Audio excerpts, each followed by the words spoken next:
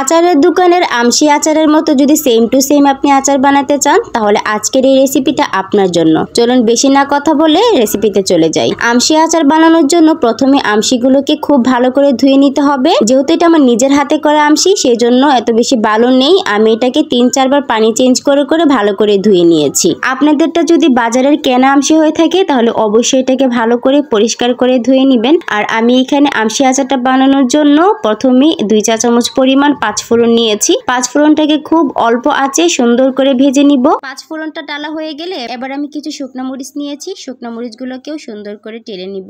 এবার ভাজা শুকনো মরিচ আর ভাজা 5 ফোড়নগুলোকে আমি সুন্দর করে গুঁড়া করে নিচ্ছি। শুকনো মরিচগুলোকে আমি হাত দিয়ে গুঁড়ো করব, ব্লেন্ডারে করার কোনো প্রয়োজন নেই। এবার সেম কড়াইতে আমি এখানে প্রায় 1.5 কাপের চেয়ে একটু বেশি পানি দিয়ে নিয়েছি। আর এখানে যে শুকনো মরিচগুলোকে গুঁড়া করে রেখে দিয়েছিলাম সেই শুকনো মরিচগুলো এখানে দিয়ে দিব। আর এখানে দিয়ে দিব চিনি আমি এখানে 2 কাপের মতো দিয়েছি। আপনারা আপনাদের পরিমাণ অনুযায়ী কম বা বেশি দিয়ে নেবেন। তারপরে এখানে দিয়ে দিচ্ছি বিট লবণ আমি এখানে দিচ্ছি 1.5 টেবিল চামচের মতো।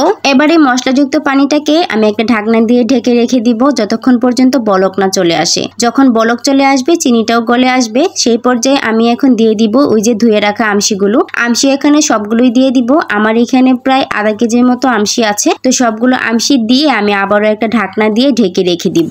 আমশি যেহেতু অনেক শক্ত সেজন্য সেদ্ধ হতেও কিন্তু অনেক বেশি টাইম লাগে। সেজন্য এটাকে 20 থেকে 25 মিনিটের জন্য ভালো করে সেদ্ধ করে নিতে হবে একদম অল্প আঁচে। যখন সুন্দর করে সেদ্ধ হয়ে যাবে সেই পর্যায়ে আমরা আরো কিছু মশলা এড করব। ঢাকনা দিয়ে ঢেকে আমি আবারও 20 মিনিট পর চলে আসলাম। 20 মিনিট পর দেখেন আমশিটা কত সুন্দর কালার চেঞ্জ হয়ে গেছে, পানিটাও টেনে এসেছে, প্লাস সুন্দর করে সেদ্ধও হয়ে গেছে। এই পর্যায়ে আমি এখানে কিছু মশলা এড করব।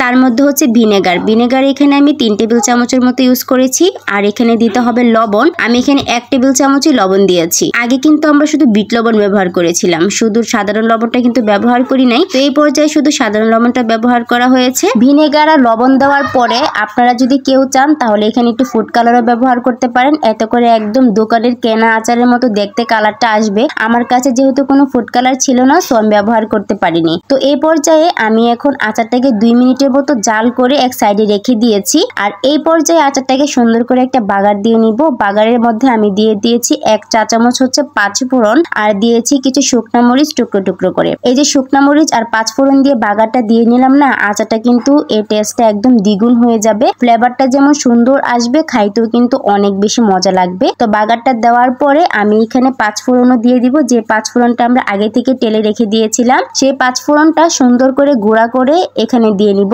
5 ফোড়নের গুঁড়াটা দেওয়ার পরে আমি এটাকে আরো 3-4 মিনিটের মতো ভালো করে নেড়ে চেড়ে নিয়েছি। এবার দেখেন কত সুন্দর হয়েছে। ক্যামেরাতে কিন্তু ভালো বোঝা যাচ্ছে না, কালারটা একদমই কালো কালো লাগছে যেহেতু আমি এখানে কোনো ফুড কালার ব্যবহার করি নাই। তো আপনারা চাইলে কিন্তু ফুড কালার ব্যবহার করে খুব সুন্দর কালার আনতে পারেন। আর খাইতে যা মজা হয়েছিল বিশ্বাস করুন, একদম দোকানের কেনা আচারের মতো একদম সেম টু সেম হয়েছে। যদিও কালারটা আসে নাই, খাইতে কিন্তু অনেক মজা হয়েছিল। আশা করছি আপনারাও বাসায় একবার ট্রাই করবেন আর অবশ্যই আমাকে কমেন্ট করে জানাবেন কেমন হয়েছিল। তো যারা যারা আমার এই ভিডিওটা শেষ পর্যন্ত দেখেছেন তাদেরকে অনেক অনেক ধন্যবাদ। আর যদি ভিডিওটি ভালো লেগে যায় অবশ্যই চ্যানেলটি সাবস্ক্রাইব করে যাবেন আর পেজ থেকে দেখে থাকলে ফলো করে যাবেন। আজকের মতো এখানে বিদায় নিচ্ছি। আল্লাহ হাফেজ, আসসালামু আলাইকুম।